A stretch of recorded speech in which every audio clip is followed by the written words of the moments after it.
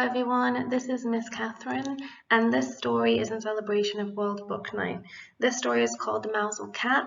It's one that I discovered when I lived in the southwest of England and I was training to be a teacher, and it really captured me because of its fantastic illustrations and about the fact that it's about looking out for other people and about coming together when times are hard, which is really important right now. I hope you enjoy it. At the far end of England, a land of rocks and moorland stretches itself out into a blue-green sea. Between its high headlands lie tiny sheltering harbours where the fishing boats hide when the winter storms are blowing. One of these harbours is so small, and the entrance between its great stone breakwaters is so narrow that fishermen called it the Moushole. The people who lived in the cottages around the harbour grew fond of the name, and they call their village Moushole to this day. They say it in the Cornish way, Moushole, but you may say it as you choose.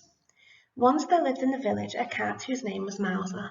She had an old cottage with a window overlooking the harbour, an old rocking chair with patchwork cushions, and an old fisherman named Tom.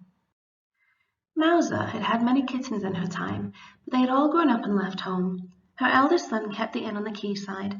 It was noisy and smoky, and his man had once spilled beer on Mouser's head as he was drawing a pine, so she did not go there very often. One of her daughters kept the shop on the corner. It was busy and crowded, and her lady had once stepped on Mouser's tail as she was weighing out some vegetables, so she did not go there very often either. Sometimes Mouser felt that her children had not trained their people properly. Her own pet, old Tom, was very well behaved. He never spilled the cream when he was filling her saucer. He always stoked the range to a beautiful golden glow. He rocked the rocking chair at just the right speed. He knew the exact spot behind her left ear where Mouser liked to be tickled. What was more, he never wasted his time drawing pints of beer or weighing out vegetables. When he was not looking after Mouser, he passed the day in the most useful way possible. He took his little boat through the narrow opening between the great breakwaters out into the blue-green sea and caught fish for Mouser's dinner. Mouser was very partial to a plate of fresh fish. In fact, she never ate anything else, but she liked a little variety. So on Mondays they made morgy broth, Mouser's favourite fish stew. On Tuesdays they baked hake and topped it with golden mashed potatoes. On Wednesdays they cooked kedgeree with delicious smoked ling. On Thursdays they grilled fair maids, a mouth-watering meal. On Fridays they fried launces with a knob of butter and a squeeze of lemon. On Saturdays they soused scad with vinegar and onions. And on Sunday they made stargazy pie with prime pilchards and pastry. All in all, Mouser's days passed very pleasantly. Then one year there came a terrible winter. At the far end of England the blue-green sea turned grey and black. The great storm cat is stirring, thought Mouser as she watched at her window. The wind whined like a wild thing about the high headlands. It came hunting the fishing boats in their hidden harbours. When the great storm cat is howling, thought Mouser, it is best to stay snug indoors by a friendly fire. The sea drew itself up into giant waves and flung itself against the great breakwaters. All along the coast of Cornwall, the stone walls stood the shock. Then the sea sucked up its strength again and roared right over them, sinking the sailing boats in their home havens. But it could not get into the Moushole. Mouser watched as the great storm cat clawed with his giant cat's paw through the gap in the harbour wall. But it was too small. He snarled and leaped up at the great breakwater under the lowering sky. But it was too high. The fishing boats sat safe as mice in their own Moushole, but they could not get out. And because the fishermen could not fish, there was no more food. They ate up the few vegetables that were left in their storm-racked gardens. They ate up the salted pilchards that were left in the cellars. Mouser hated vegetables, and the pilchards were too salty for her taste. Soon there was nothing left. The cats and their people grew very hungry. Mouser sat by her window, staring out at the storm, and thought longingly of morgy broth and stargazy pie. Every day the fishermen gathered on the quayside, and sometimes they would try to take a boat out through the Moushole, but always the great storm cat lay in wait for them, and they were lucky to escape with their lives. Then at last one evening, as old Tom sat with Mouser on his knee, she felt him take a deep sigh. "Mouser, my handsome," he said, for he was a courteous and well-spoken man. "Mouser, my handsome, it will soon be Christmas, and no man can stand by at Christmas and see the children starve. Someone must go fishing come what may, and I think it must be me. It cannot be the young men, for they have wives and children and mothers to weep for them if they do not return. But my wife and parents are dead long since, and my children are grown and gone." Mouser purred to tell him that she understood, for it was the same with her. "I shall go out tomorrow, Mouser, my handsome," said the old man, "and I shall not come back without a catch."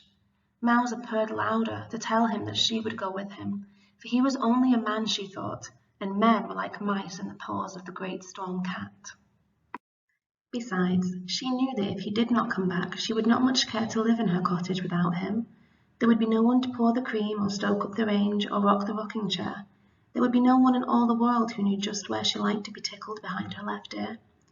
"Tomorrow night, Mouser, my handsome," he said, "we shall eat morgy broth, baked hake, lingen launces, fair maize, south scad, and stargazy pie." Then Mouser purred, as if she would burst to tell him that she loved him more than any of these things. The next morning they set out very early, before the others were waking. Before they went, Tom stoked up the old range and damped it down so that it would burn steadily until they returned. Then he hung a lamp in the window so that it would shine out across the harbour and light their way. As they reached the quayside, Mouser looked back through the wind and rain and thought how warm and welcoming the window looked. Soon their little boat was crossing the harbour towards the Moushole Gap, and the voice of the great storm cat rose all around them like a giant caterwauling. As she listened to his wailing, Mouser felt a sudden strange sadness for him. How lonely he must be, she thought, endlessly hunting the men-mice in the deeps of darkness, and never returning to the rosy glow of a red-hot range. And her kind heart was moved to comfort him. Many a tomcat had Mouser tamed in her time with the sweetness of her singing. Now she lifted her head and sang like a siren, joining her call with the cry of the great storm cat. And so it was that he was taken off guard as the little boat made its bid for freedom. Soothed by the sweetness of Mouser's serenade, the great storm cat paused in his prowling and pulled back his giant's cat's paw for a mere moment. Swiftly the little boat passed through the mouse hole and out into the open sea. Then the great storm cat played with them as a cat plays with a mouse. He would let them loose for a little as they fought their way towards the fishing grounds. Then down would come his giant's cat's paw in a flurry of foam and water. But he did not yet strike to sink them, for that would have spoiled his sport. When they reached the fishing grounds, the sea was so rough that it was hard to put out the nets. "I fancy you must sing again, Mouser, my handsome," said Tom, "for your voice seems to soothe the sea like the sirens of old." So Mouser sang again, longer and louder than she had ever sung before. Indeed, old Tom was forced to block up his ears so that her siren song should not distract him from the business of fishing. And again the great storm cat paused in his play and sang with her until the nets were safely shot. All day they fished in a seething sea. The waves were so high and the clouds so low that they soon lost sight of the shore. And all the time the great storm cat played with the little boat, striking it and then loosing it, but never quite sinking it. And whenever his claws grew too sharp, Mouser would sing to him to soften the edge of his anger. As evening came down, they hauled in the nets. Into the belly of the boat tumbled lingen launces, scad, hake and fair maids, enough fish for a whole cauldron of morgy broth, enough pilchards for 100 stargazy pies. "Mouser, my handsome, we're all saved," said Tom, "if we can bring this haul home to harbour."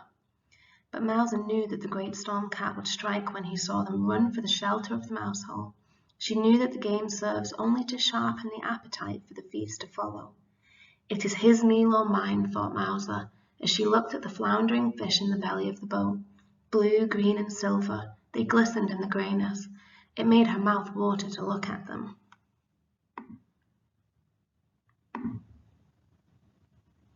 As she thought of the morgy broth murmuring on top of the range, the stargazy pie growing golden in the oven, Mouser began to purr, and her purring rose like a hymn to home above the noise of the great storm cat's howling. Such music had not reached the ears of the great storm cat since the dawn of time, for when do cats purr out in the wind and the darkness? Puzzled, he paused in his howling, bending his ear to catch the strange sound. It seemed to him that he had once heard such a song long before, when he was no more than a storm kitten. The great storm cat grew quiet. Gone was his hunger for hunting, for making his meal of the mice men. Only the pleasure of the purring remained. Then the great storm cat began to purr with Mouser, and as the soft sound grew, the winds waned and the waves weakened. Night fell, and the little boat sailed back across the slackening sea. As they came in sight of home, a strange sight met their eyes. The whole village of Moushole was shining with light, and lanterns gleamed along both arms of the harbour. For when the people of Moushole had woken to find old Tom's boat missing, and a light left in his window, they knew that he had gone out to find fish for them, or to perish on the deep water. All day they had watched and waited, staring out in the cloud-wrapped sea, but they could see no sign of him. And when night fell, the women went home and set candles in all their windows, and every man lit his lantern and went down to the harbour walls. As they waited and watched, they saw that the wind was dying and that the sea was growing calm. The dark clouds lifted, and a thin moon shone out between them, and in the light of the thin moon they saw a small boat coming, and behind it came the smallest, tamest storm kitten of a wind. As old Tom and Mouser came through the Moushole Gap, a sudden breeze caught them, a tiny, playful cat's paw, like a gesture of farewell. There was a great deal of cooking in Moushole that night.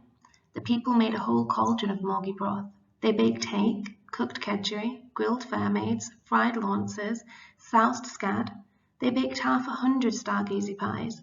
Then, people and cats, they feasted together, until the hunger was no more than a memory.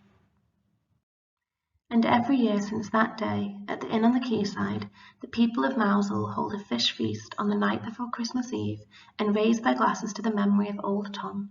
And every year, in the yard at the back of the inn, the cats of Moushole gather and raise a great howling to the memory of old Mouser.